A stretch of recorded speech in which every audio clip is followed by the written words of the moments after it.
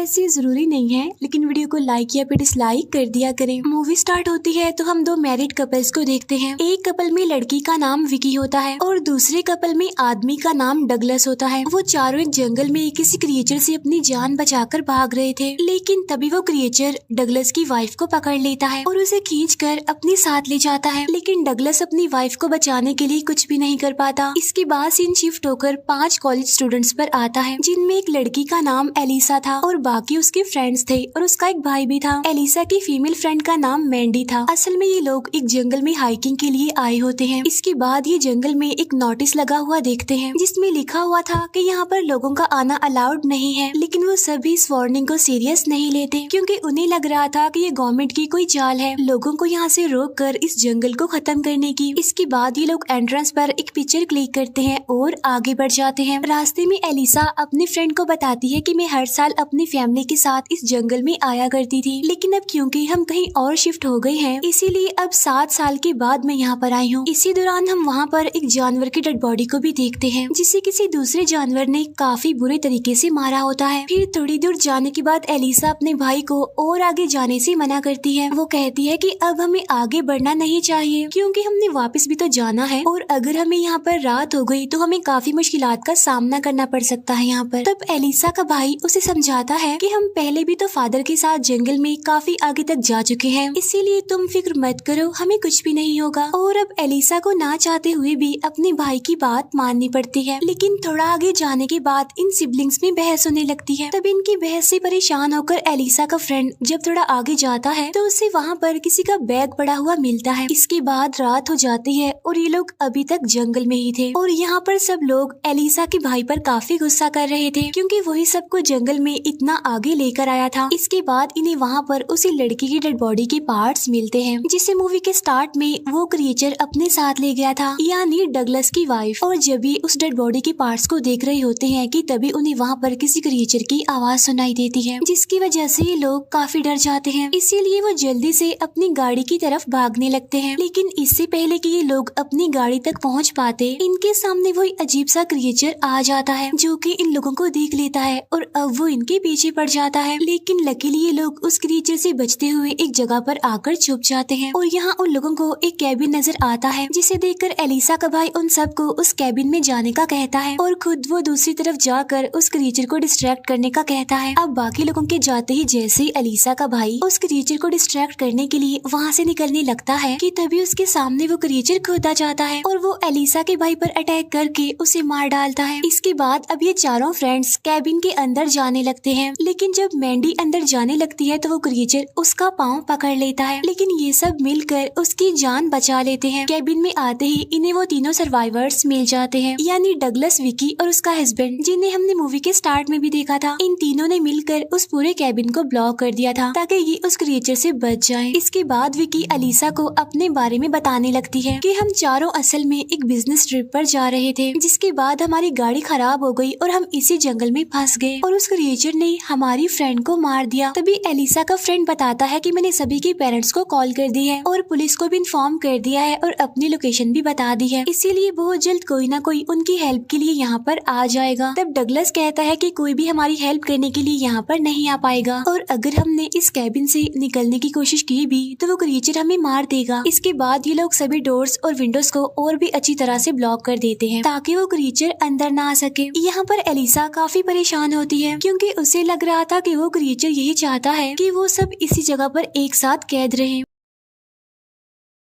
तब एलिसा का फ्रेंड उसे समझाता है कि वो सिर्फ एक क्रिएचर है और हमें उससे बचकर बस यहाँ से निकलना है। हमें ये जानने की जरूरत नहीं है कि वो क्रिएचर क्या है और क्यों है और वो क्या चाहता है, हमें उससे भी कोई मतलब नहीं है। अभी ये दोनों बात कर ही रहे होते हैं कि तभी वहाँ पर वो क्रिएचर आ जाता है और वो उस कैबिन में घुसने की कोशिश करता है, लेकिन तब वो लोग उस विंडो को भी ब्लॉक कर देते हैं जहाँ से वो क्रिएचर अंदर आने की कोशिश कर रहा था। इसके बाद वो क्रिएचर कैबिन के चारों तरफ घूमने लगता है और तभी वो एक विंडो के जरिए अंदर आ ही जाता है। तब उसके अंदर आने के बाद वो लोग उसे रोकने की कोशिश करते हैं, लेकिन उसे रोकने की कोशिश में विकी का हस्बैंड इंजर्ड हो जाता है। इसीलिए मैंडी और एलिसा भी इनकी हेल्प करने के लिए वहाँ पर आ जाती हैं और वो एक ड्रेसर को उठाने लगती हैं ताकि वो उस क्रिएचर को इसकी मदद से रोक सके। अब क्योंकि वो ड्रेसर काफी भारी होता है इसीलिए वो दोनों उसे उठा नहीं पाती। तभी एलिसा का फ्रेंड पेपर स्प्रे लाकर उस क्रिएचर पर स्प्रे कर देता है। तब इनकी आवाज सुनकर डगलस भी उनकी हेल्प करने के लिए वहाँ पर आ जाता है और इसी वजह से अब ये ठीक टाइम पर ड्रेसर की मदद से उस विंडो को ब्लॉक करने में कामयाब हो जाते हैं। यहाँ पर विकी का हस्बैंड डगलस को उनकी हेल्प करने के लिए थैंक्स कहता है। तब डगलस कहता है कि दरवाजों और विंडोज को ब्लॉक करने के लिए हमारे पास और ड्रेसर्स नहीं है और ना ही हमारे पास टाइम है, इसीलिए हमें जितना जल्दी हो सके इस जगह से निकलना होगा। रात को ये सभी लोग एक साथ बैठे होते हैं। यहाँ पर एलिसा का फ्रेंड कहता है कि पुलिस की हेल्प बस आने ही वाली होगी, जिस पर डगलस हंसते हुए कहता है कि हम इस जगह पर ज्यादा टाइम के लिए टिक नहीं पाएंगे और हमारी हेल्प करने के लिए यहाँ पर कोई आएगा भी नहीं, क्योंकि सबको पता है कि यहाँ पर क्या है, वो क्रिएचर है, यानी यहाँ पर खतरा है, इसीलिए हमें खुद यहाँ से निकलकर अपने लिए कोई हेल्प लानी होगी। तब ये सुनकर विकी का हस्बैंड मना कर देता है कि नहीं, यहाँ से बाहर अब कोई नहीं जाएगा, जिस पर एलिसा का बेस्ट फ्रेंड कहता है कि मैं जाऊंगा बाहर और हेल्प लेकर जल्दी वापस भी आ जाऊंगा। तब ये सुनकर एलिसा अपने फ्रेंड को दूसरे रूम में ले जाकर उसे समझाती है और कहती है कि तुम बाहर नहीं जाओगे, जिस पर एलिसा का फ्रेंड कहता है कि अगर मैं हेल्प लाने के लिए बाहर ना गया तो कोई भी यहाँ से बाहर नहीं जा पाएगा, इसीलिए अब ना चाहते हुए भी एलिसा को उसकी बात माननी पड़ती है। इसीलिए अभी लोग प्लान बनाते हैं कि विकी का हस्बैंड उस क्रिएचर को डिस्ट्रैक्ट करेगा। उसी टाइम एलिसा का फ्रेंड कैबिन से निकलकर हाईवे की तरफ भागेगा। फिर कुछ देर बाद वो करते भी बिल्कुल ऐसा ही है। विकी का हस्बैंड बाहर जाता है और वो विसल बजाकर उस क्रिएचर को अपनी तरफ अट्रैक्ट करता है। अब एलिसा का दूसरा फ्रेंड घर से बाहर खड़ा हुआ था। वो स्पाई ग्लास की मदद से उस क्रिएचर को देखता है और वॉकी टॉकी की मदद से वो विकी के हस्बैंड को बताता है कि वो क्रिएचर तुम्हारे काफी करीब आ चुका है। तब मौका देकर एलिसा का बेस्ट फ्रेंड कैबिन से काफी दूर भाग जाता है। इसके बाद एलिसा का फ्रेंड विकी के हस्बैंड को बताता है कि अब वो क्रिएचर मुझे कहीं भी दिखाई नहीं दे रहा। इसका मतलब ये है कि अब वो वहाँ से भाग गया है। और तभी अचानक से इन लोगों को वॉकी टॉकी पर एलिसा के बेस्ट फ्रेंड के चिल्लाने की आवाजें आने लगती हैं। तब यहाँ पर उन्हें पता चलता है कि वो क्रिएचर असल में अब एलिसा के बेस्ट फ्रेंड के पीछे आ रहा है। इसीलिए अब एलिसा का फ्रेंड और विकी का हस्बैंड फौरन कैबिन के अंदर आने की कोशिश करते हैं, लेकिन डगलस उस दरवाजे को ब्लॉक कर देता है और उन्हें अंदर आने नहीं देता, जिसे देखकर विकी उस दरवाजे को खोलने की कोशिश करती है, लेकिन डगलस उन्हें दरवाजा खोलने नहीं देता। इसीलिए अब एलिसा उन दोनों को वॉकी टॉकी पर बताती है कि किचन का दरवाजा खुला हुआ है, तुम वहाँ से अंदर आ जाओ। इसीलिए अब एलिसा का फ्रेंड और विकी का हस्बैंड किचन के दरवाजे से कैबिन के अंदर आ जाते हैं और अंदर आते ही विकी का हस्बैंड सबसे पहले डगलस को मारता है, जिससे डगलस बेहोश हो जाता है। और जब उसकी आंख खुलती है तो वह खुद को बंधा हुआ पाता है, क्योंकि अब उन लोगों को डगलस पर बिल्कुल भी बिलीव नहीं था और यही वजह थी कि उन्होंने उसको बांध दिया। इसके बाद हम एलिसा को देखते हैं जो कि काफी अपसेट लग रही थी, क्योंकि उसने अपने भाई और अपने फ्रेंड को खो दिया। इसीलिए वो डिसाइड करती है कि वो उस क्रिएचर को मारकर ही यहाँ से बाहर निकलेगी। वहीं पर एलिसा का फ्रेंड काफी डरा होता है, क्योंकि आज वो मरते मरते जो बचा था और उसे लगता है कि वो किसी भी टाइम मर सकता है।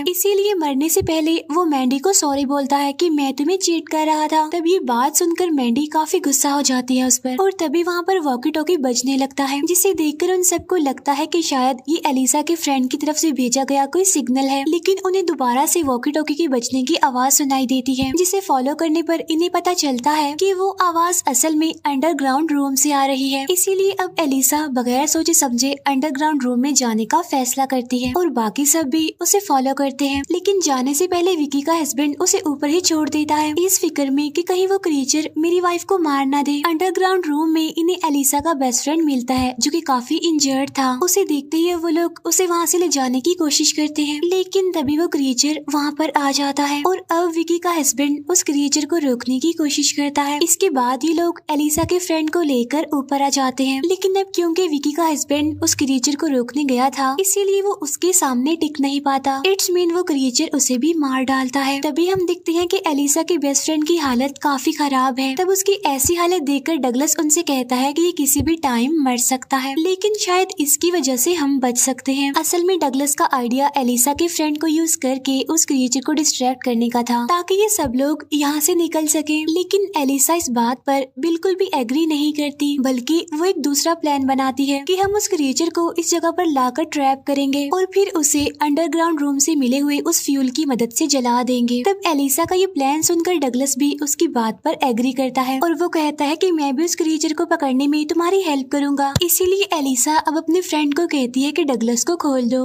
लेकिन आजाद होते ही डगलस एलिसा के इंजर्ड फ्रेंड को मार देता है। तब उसकी इस हरकत से वो सभी लोग काफी गुस्से में आ जाते हैं, लेकिन इससे पहले कि वो डगलस को कुछ कह पाते वो क्रीचर अचानक से उन ब्लॉक्स को तोड़ते हुए अंदर आ जाता है और वो डगलस को बड़े ही ब्रूटल तरीके से मार देता है। डगलस को मारने के बाद वो क्रीचर अब उसकी बॉडी खाने में बिजी था, तो मौके का फायदा उठाकर वो लोग अंडरग्राउंड रूम में जाकर फ्यूल ले आते हैं। फिर वो उस फ्यूल की मदद से वहाँ पर आग लगा देते हैं, जिससे वो क्रीचर उस आग में जल जाता है और उसकी मौत हो जाती है। इसके बाद वो लोग अंडरग्राउंड रास्ते से ही आगे बढ़ते हैं, लेकिन रास्ते में विकी को उसके हस्बैंड की डेड बॉडी दिख जाती है, जिसे देखकर अब वो वहीं पर ही रुक जाती है। लेकिन तभी एलिसा के दूसरे फ्रेंड को वो क्रिएचर खींचकर ले जाता है और यहाँ पर हमें पता चलता है कि वहाँ पर एक नहीं बल्कि 2 क्रिएचर्स मौजूद थे, जिनमें से एक को तो उन्होंने जलाकर मार दिया था, लेकिन दूसरा अभी भी जिंदा है। इसके बाद मैंडी विकी को लेकर वहाँ से भागने लगती है, लेकिन अनलकीली वो क्रिएचर विकी को भी मार देता है और अब वहाँ पर सर्वाइवर्स सिर्फ मैंडी और एलिसा थी, इसीलिए अब वो दोनों एक साथ वहाँ से भागने लगती हैं। लेकिन बहुत जल्द वो क्रिएचर एलिसा को पकड़कर उसे भी मार डालता है, लेकिन मैंडी किसी तरह बचकर वहाँ से भागने लगती है। आगे जाने के बाद वो अपनी बॉडी पर मिट्टी लगा लेती है ताकि वो क्रिएचर उसे स्मेल करते हुए उसके पीछे ना आ जाए। इसके बाद मैंडी फाइनली गाड़ी के पास पहुँच जाती है, लेकिन जैसे ही वो गाड़ी स्टार्ट करने वाली होती है वो क्रिएचर वहाँ पर आकर उस पर भी अटैक कर देता है, लेकिन मैंडी किसी तरह उसे बचते हुए उसे अपनी गाड़ी के नीचे क्रश कर देती है। इसके बाद वो सही सलामत उस जंगल से बाहर निकल आती है और तभी हम उस क्रिएचर की डेड बॉडी के पास एक और क्रिएचर को देखते हैं। इट्स मीन वहाँ जंगल में सिर्फ 2 क्रिएचर्स नहीं थे, बल्कि वहाँ पर और भी बहुत सारे ऐसे क्रिएचर्स मौजूद थे। और इसी के साथ ही ये मूवी यहीं पर एंड हो जाती है। Thank you for watching.